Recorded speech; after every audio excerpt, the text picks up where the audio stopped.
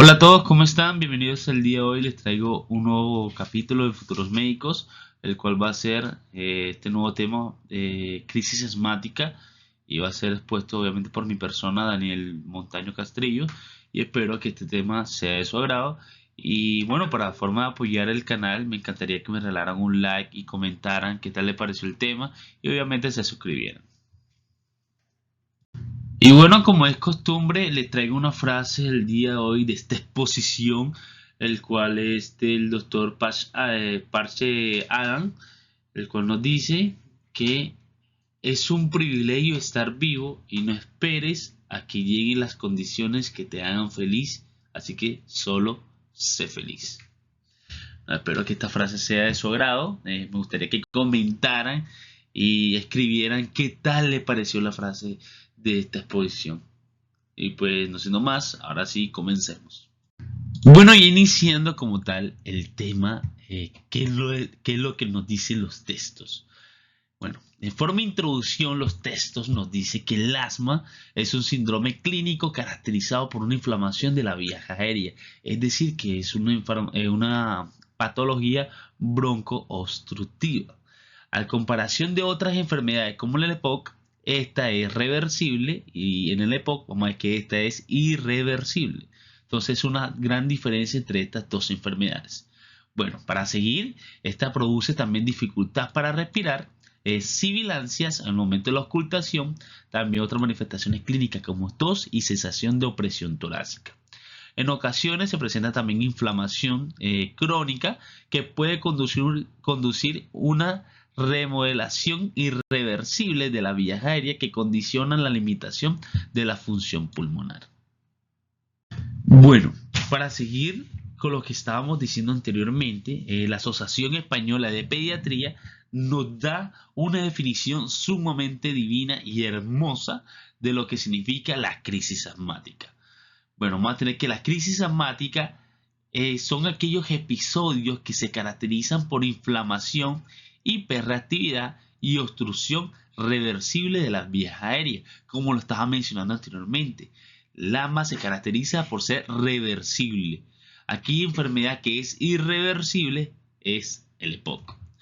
Y bueno, eso será otro temario para otro día.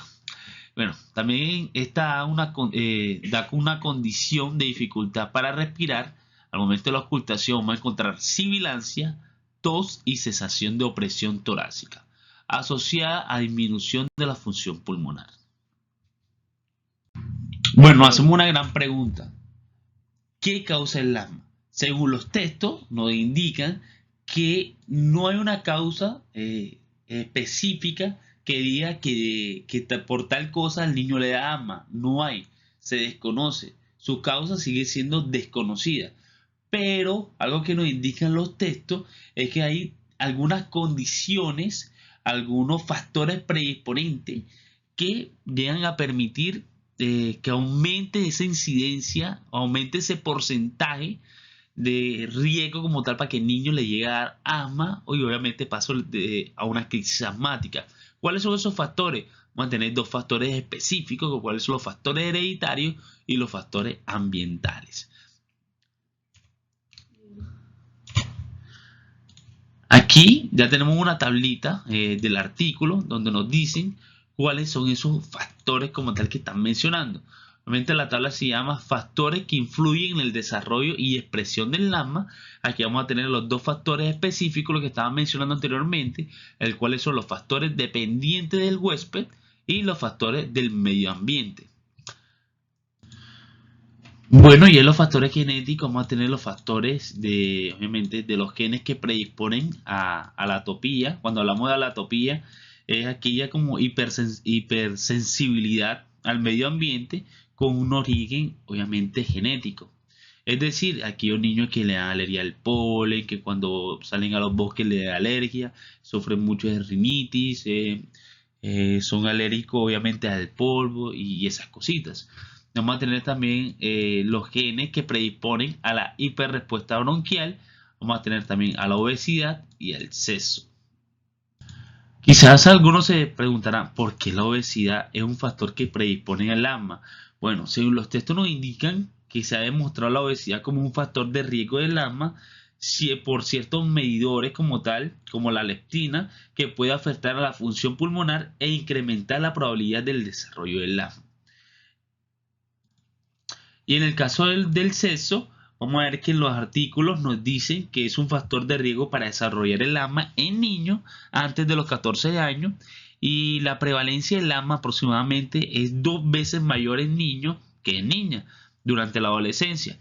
Y esta diferencia se iguala en la adolescencia, perdón, y antes de la adolescencia es más frecuente en niños menores de 14 años, y en la adultez el asma es más frecuente en las mujeres. Bueno, los factores ambientales vamos a tener los alergenos, como viene siendo los ácaros, el epitelio de los gatos, el perro y los hongos esos que se llaman, si no estoy mal, el aspergilo. Vamos a tener también condiciones como las infecciones de predominio viral, el tabaquismo pasivo, la polución, la dieta y el clima. Obviamente el cambio climático, si pasamos de frío a caliente de forma abrupta, realmente puede llegar a un predominio de que el niño le dé rinitis o le dé alergia. Y las dietas, se han dicho que los embutidos o esa carne como el chorizo, la butifarra, la salchicha, estos embutidos se le han asociado mucho a que aumentan o predisponen que el niño sufra de alergia, y fuera de eso también llega a darle obviamente asma. Otra cosa se me olvidó decir es que los niños alimentados con fórmula artificial también tienen más riesgo de sufrir o que se les llega a escuchar como sibilancia y síntomas de alergia que los niños que son amamantados como tal. Algunos artículos dicen que la dieta occidental, rica en alimentos procesados y baja en antioxidantes y ácidos grasos como omega 3, junto con un alto consumo de ácidos grasos de omega 6, puede contribuir al aumento del asma y enfermedades atópicas. Entonces eso es como para recalcar ahí. Bueno, ¿eso qué es? Bueno, aquí vamos a tener el LIPA. Borrar esto de rapidez. Aquí vamos a tener una tablita del LIPA. El LIPA prácticamente lo que nos dice que va a tener unos criterios mayores y unos criterios menores. ¿Y cuáles son los criterios mayores? Los que tenemos aquí presentados en esta tablita. ¿Cuáles son los diagnosticados diagnosticados por médicos de asma en alguno de los padres? Diagnóstico médico de exesema atópico y sensibilización a algunos algún alergeno, como viene siendo los ácaros, el epitelio de los gatos, los perros, etcétera. ¿Cuáles son los criterios menores? Vamos a tener la sibilancia no relacionada con resfriado, eosinofilia en sangre periférica mayor o igual a 4%, presencia de rinitis alérgica diagnosticada por un médico a los 2 o 3 años, alergia a la leche, huevo o frutos secos. ¿Y cuándo vamos a saber nosotros que tenemos un IPA positivo? Cuando tenemos dos criterios menores y un criterio mayor. Es decir, que tengamos unos padres que hayan sido diagnosticados por asma, ya sea por la mamá o ya sea por un padre que haya sido diagnosticado por asma en su niñez, o una madre que haya sido asmática o que sufre de asma y que cumpla alguno de estos dos criterios menores, ya sea porque sea alérgico a, un ejemplo, a la leche, que tenga sibilancia no relacionada con resfriado, y etcétera. Ahí tenemos nosotros como tal un IPA positivo. Que lo que nos dice es que nos dice como que la incidencia o el predominio, la probabilidad de que un niño llegue a tener un asma atópica como tal.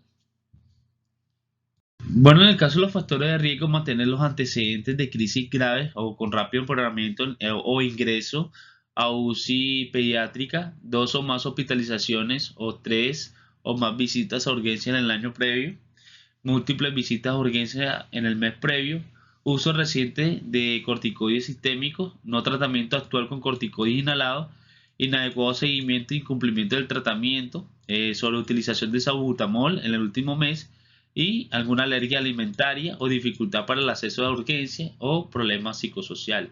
¿Cómo así dificultades para acceso a urgencia? Que viva en vereda, en un pueblito, que se le dificulte llegar como tal a un hospital o a un paso como tal, donde le puede dar la atención necesaria al niño.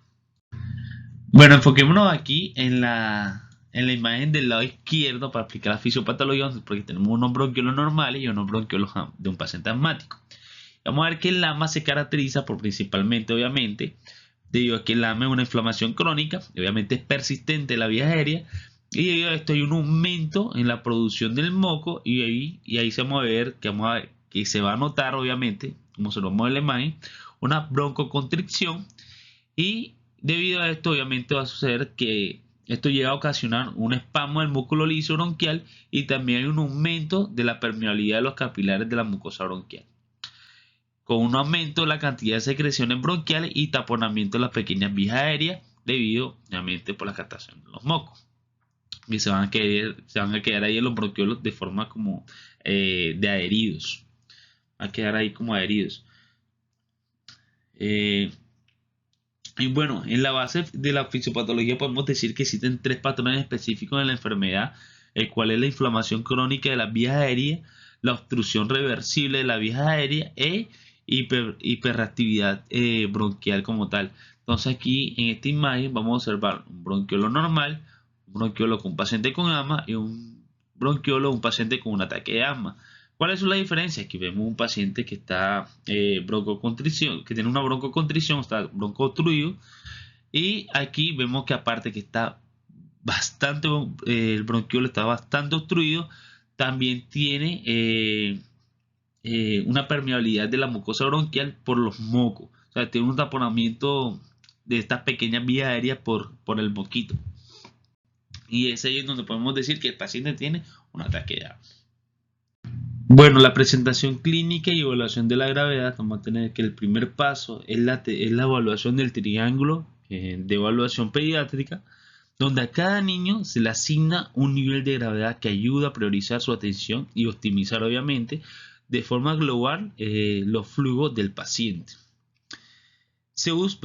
Podemos hacer una pregunta: ¿por qué se usa el triángulo de evaluación pediátrica? Y esto es debido a que obviamente tenemos que evaluar el estado fisiológico del paciente y mirar qué tan alterado está a través del triángulo de evaluación pediátrica y mirar obviamente qué manifestaciones clínicas él está presentando para poder nosotros clasificarlo en los 4 niveles que nosotros tenemos aquí, el cual el nivel 1 es resucitación y fallo cardiorrespiratorio, el cual es una atención médica de forma inmediata, y nivel 2 vamos a tener que una emergencia, digo que hay un fallo respiratorio, hay una demora máxima de 15 minutos, y en el nivel 3 dificultad respiratoria con una demora máxima de 30 minutos, y el nivel 4 que es un paciente estable que tiene síntomas respiratorios como tos, sibilancia, utilización de los músculos accesorios, etcétera. En ausencia de dificultad respiratoria, podemos demorar una demora máxima alrededor de 1 a 2 horas. Y aquí vamos a tener las manifestaciones clínicas que llegan a presentar estos pacientes. Un ejemplo, en la apariencia vamos a ver el tono del paciente, si está normal. Vamos a mirar si tiene una hiperactividad. Mira que si tiene tiene una consolabilidad y tiene contacto visual, el lenguaje está normal o si el paciente está en llanto. La respiración, mira si los sonidos son anormales, si está en una buena posición, mira si hay una buena retracción, si tiene aleteo nasal, si tiene apnea o si tiene obviamente uso de los músculos accesorios, ya sea el esternocleidomastideo, los músculos intercostales, etc. La circulación, vamos a mirar si el paciente tiene palidez, si está moteado o si tiene cianosis. Dependiendo de estas manifestaciones clínicas que nosotros le encontremos al paciente, vamos a mirar y utilizar esta tablita, el cual es el estado fisiológico según la alteración de los estados del triángulo de evaluación pediátrica y sus posibles causas más comunes. Entonces la aparición, si está normal, si el trabajo respiratorio está normal, si la circulación cutánea está normal, si el estado fisiológico está normal, ¿qué tienen? Bueno, no tiene nada. Pero si la aparición está alterada, tiene el trabajo respiratorio normal, si tiene una circulación cutánea normal, El estado fisiológico podemos decir que tiene una difusión del sistema nervioso central, puede tener una hipoglucemia, una lesión cerebral, o una intoxicación, o puede tener una sepsis. Entonces este cuadro nos va a decir es que dependiendo de qué tiene alterado el paciente, ya sea en su apariencia, en un trabajo respiratorio o la circulación cutánea, vamos a tener los diferentes estados fisiológicos que esto nos pueden generar y las posibles causas que el paciente puede tener o la posible complicación. Bueno, en la exploración física de manera general es sumamente importante y lo vamos a repetir de forma constante, ya sea en hospitalización o en urgencia, o simplemente cuando tengamos al paciente pediátrico con un posible asma, sospecha de asma, vamos a evaluar la apariencia del paciente, mirar si tiene una apariencia normal, miramos si el paciente está irritado o tiene somnolencia o simplemente tiene una dificultad para respirar o para hablar. A mirar la preferencia y la postura del paciente, ya sea que esté en sedestación, mirar a qué lado él se tiende como a caer más. Mirar la taquipnea y retracciones intensas, mirar si el paciente tiene respiraciones lentas o tiene dificultad para respirar, o si tiene una hipoventilación grave en la auscultación. Entonces, ¿por qué se recomienda hacerlo de forma constante? Es debido a que estos pacientes, fuera de que presentan estas manifestaciones clínicas, cuando nosotros le medimos la frecuencia respiratoria y la saturación en estos pacientes, sobre todo cuando tienen una saturación menor del 92%, esto se asocia mucho a mayor riesgo de que el paciente lo llegue a hospitalizar y también se le asocia a mayor estancia de urgencia. Por eso es que se nos recomienda a nosotros evaluar al paciente de forma más constante, o sea, más seguida, mirar sobre todo lo que viene siendo la frecuencia respiratoria y la saturación de oxígeno, porque obviamente nadie quiere que un niño lo hospitalicemos y obviamente tampoco lo que vamos a querer tener en urgencia. Entonces mirar como que cómo está evolucionando el niño. Bueno, aquí vamos a tener como presentación clínica y evaluación de la gravedad, vamos a tener el score pulmonar o el pulmonary score, donde lo vamos a tener dividido de tres formas: leve, moderado y grave, dependiendo de la puntuación que nos dé el score. Vamos a considerar leve cuando tiene 0 a 3, moderado de 4 a 6 y de 7 a 9 vamos a tenerlo grave.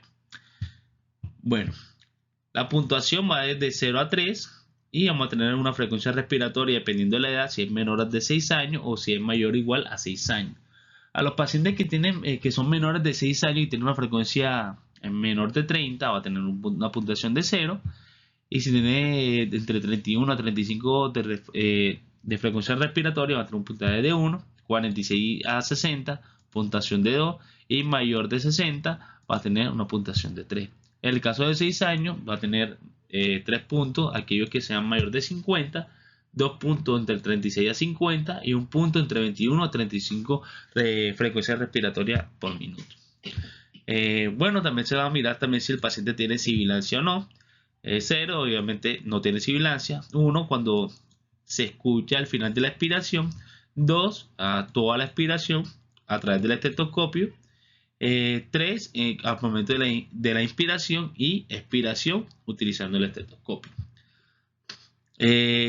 Uso de los músculos accesorios, ya sea como el esternocleidomastoideo o los músculos intercostales, entre otros. Entonces, si no utiliza los músculos accesorios, obviamente tiene un 0. Si tiene un incremento leve, tiene un 1. Si hay un aumento del uso de los músculos accesorios, tiene 2. Y si a cada ratico está utilizando los músculos accesorios y tiene una actividad máxima, va a haber una puntuación de 3. Que si notamos entre la frecuencia respiratoria y la sibilancia y el uso de los músculos accesorios, la puntuación máxima va a ser 9.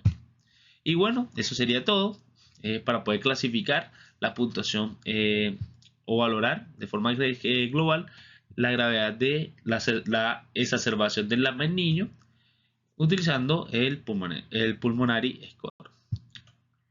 Obviamente también vamos a utilizar lo que viene siendo la saturación de oxígeno. Grave cuando tiene menor de un 91%, moderado entre un 91 y 94% y leve el que tenga una saturación mayor de 94%. Bueno, ya luego de haber clasificado a nuestro paciente con el pulmonary score, vamos a comenzar obviamente suponiendo que nuestro paciente tenga una crisis leve. Lo que se recomienda en los textos es que le demos una dosis entre 2 a 4 pulsaciones de salbutamol, que es un SABA, el cual es un broncodilatador de acción corta, agonista en los beta 2. Obviamente lo vamos a utilizar con cámara y vamos a reevaluar a los 15 minutos. Si el paciente responde al broncodilatador, se le da de alta, y si no responde, obviamente vamos a pasar lo que viene siendo una crisis moderada. Obviamente vamos a tener como SABA el salbutamol, lo vamos a utilizar a demanda dentro de un plan escrito, es un plan médico.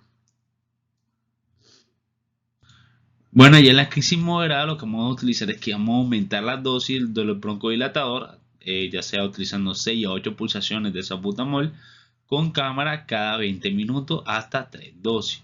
O vamos a utilizar entre 0.15 miligramos por kilogramo de salbutamol y un nebulizado en máximo de 5 miligramos cada 20 minutos hasta 3 dosis.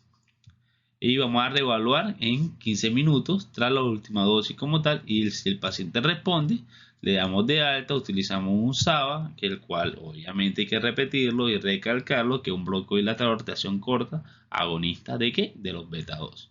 Entonces tienen que aprendérselo porque estos son preguntas de examen.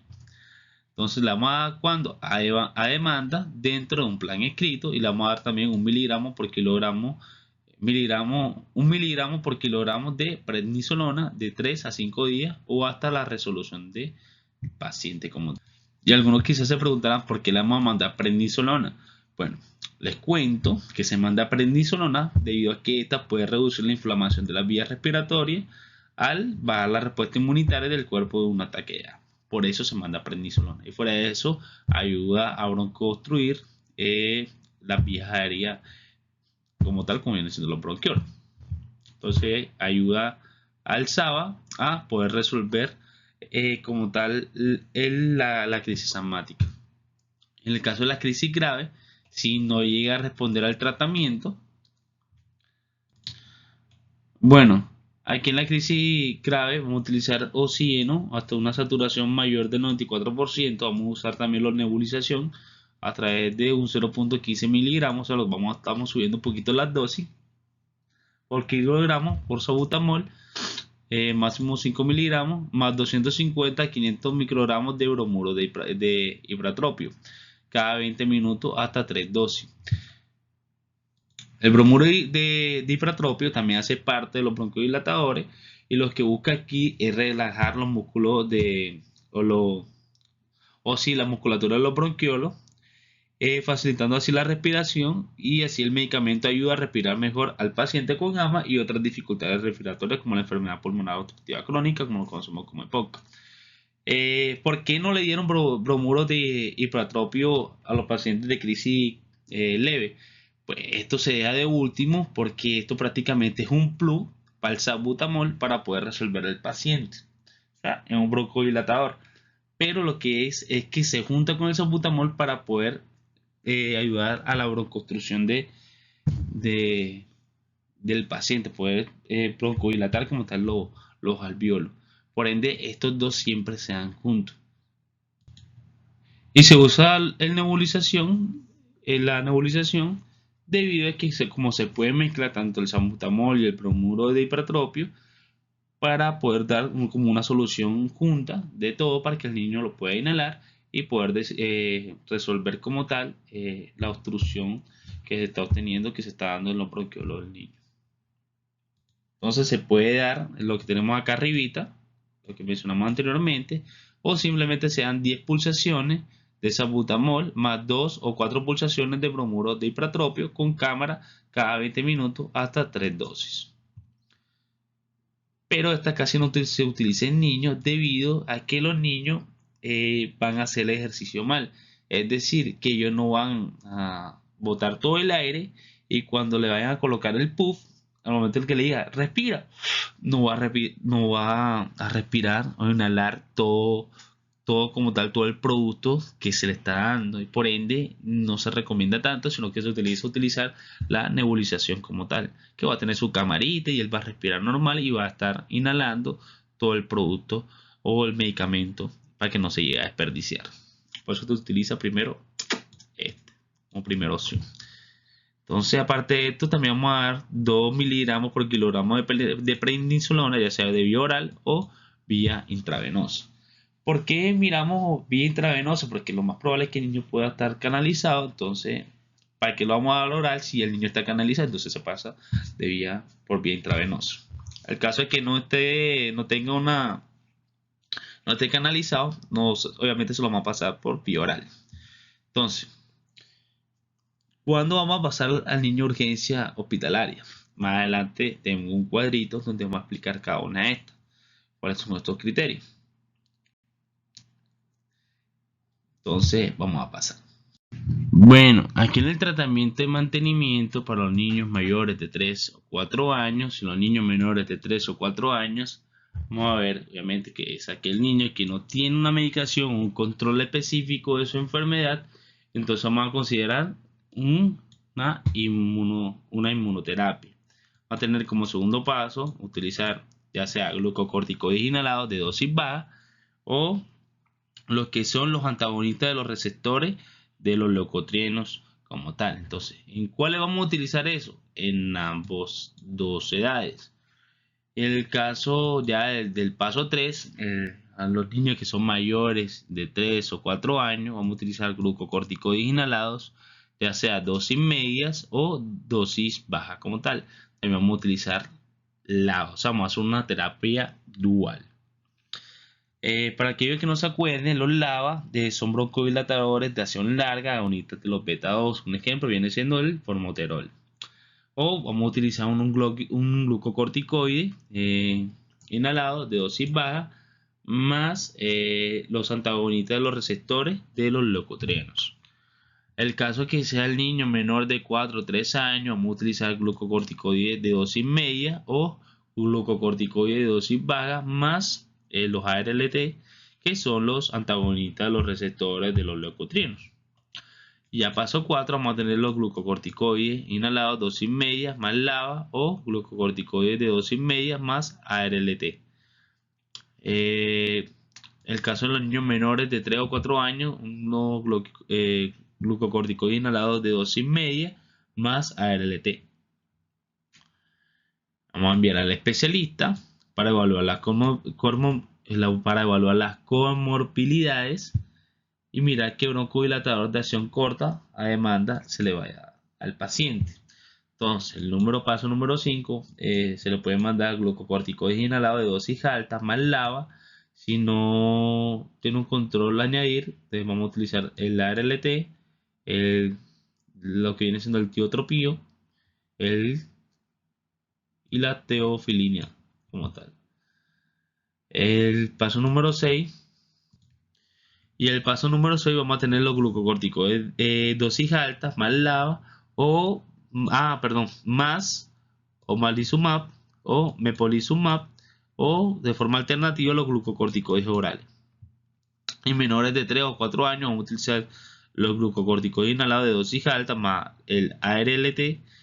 Y si no hay un control como tal, considerar añadir ya sea el LAVA o unos macrólidos o un teotropio, un glucocorticoide oral. Entonces, eso sería lo que viene siendo el tratamiento de mantenimiento. Bueno, en el caso de los fármacos, ya hablamos bastante de lo que son los agonistas beta-2 androgénicos inhalados de acción corta, que son los SABAs. Y estos fármacos son los fármacos broncodilatadores con mayor efectividad y tienen rapidez de acción y menores efectos secundarios, o los que constituyen la primera línea de tratamiento como tal. Se le llega a combinar a estos SABAs el bromuro de ipratropio, ya que está indicado junto a los beta-2 agonistas de rescate durante las primeras 48 horas de una crisis asmática grave. Utiliza también se utiliza de forma también precoz y se ha asociado a una disminución del número de hospitalización. El caso de los glucocorticoides se emplean para el tratamiento de la crisis moderada o la grave en pautas cortas. Se utilizan normalmente entre 3 a 5 días o hasta la resolución de la enfermedad o de la crisis como tal. Se utilizan en este caso dosis de 1 a 2 miligramos kilogramos por día de prednisolona, por lo que dije anteriormente, que ayuda broncodilatar como tal los bronquiolos, o se utiliza también un medicamento equivalente a este, con una dosis máxima de 50 miligramos por día en una dosis única matutina. Bueno, aquí siguiendo con el temario, vamos a tener los glucocorticoides inhalados, el cual nos indican que son el tratamiento recomendado como primera línea de tratamiento a partir del escalón 2 del LAMA en edades pediátricas. En el caso de la ARLT, que son los antagonistas de los receptores de los leucotrienos, el único fármaco de este grupo autorizado en España y en muchas partes de Latinoamérica, como Colombia, que se utiliza en niños a partir de los 6 meses de edad, es el Montelukast, y se lo utiliza ya sea por vía oral o en dosis única nocturna. Para aquellos que no saben, el Montelukast se usa para prevenir la sibilancia o dificultades para respirar, o también para las opresiones del pecho y tos causada por el LAMA en adultos y en niños mayores de 12 años. Este medicamento también, aparte de lo que le estaba mencionando, se usa también para prevenir los broncoespasmos, que son las dificultades para respirar, y al hacer ejercicio en adultos y en niños mayores de 6 años, normalmente se les suele generar dificultad para respirar. Entonces, la Montelukast lo que hace es controlar esas como afecciones o presentaciones, manifestaciones clínicas que llegan a presentar en estos pacientes. Por eso se manda Montelukast. Bueno, la asociación de agonistas beta 2 adrenérgicos de acción larga como LABA y glucocorticoides inhalados nos dicen que debe asociarse siempre a los glucocorticoides inhalados y nunca debe administrarse en monoterapia. Es decir, que se tiene que dar sí o sí una terapia dual y evitar obviamente utilizarlo o administrarlo de forma utilizar monoterapia con este. Los antagonistas receptores muscarínicos de acción prolongada como el LAMA.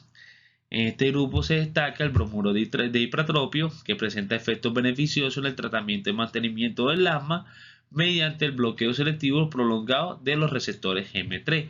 Se puede emplear en los niños a partir de los 6 años con gama grave, mal controlada con glucocorticoides inhalados a dosis alta más un LABA. Y la dosis es de 5 microgramos al día. Bueno, aquí entramos a los criterios de hospitalización y obviamente nos hacemos la pregunta: ¿cómo sabemos que tenemos que hospitalizar al niño? Entonces, lo vamos a hospitalizar cuando hay persistencia de la dificultad respiratoria tras el tratamiento inicial, si hay necesidad mantenida de los broncodilatadores con frecuencia inferior a 2 horas, necesidad de oxigenoterapia suplementaria, considerar una enfermedad de base grave, ya que tenga cardiopatía, displasia broncopulmonar, fibrosis quística, enfermedades neuromusculares, que tenga antecedentes de crisis grave o rápida progresión y tenga una mala adherencia al tratamiento o dificultad para el acceso a la atención sanitaria. O sea, que viva en una zona muy alejada a un área de salud donde le puedan dar una atención necesaria al niño.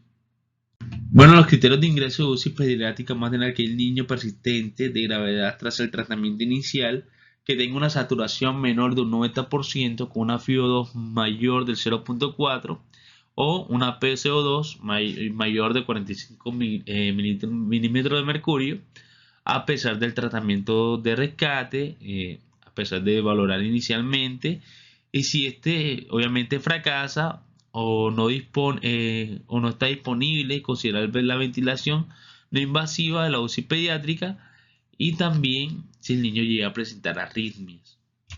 Aquí tenemos un cuadrito donde vamos a tener unas indicaciones, unas derivaciones para obviamente para mandar al niño a un neumólogo o a la alergia infantil.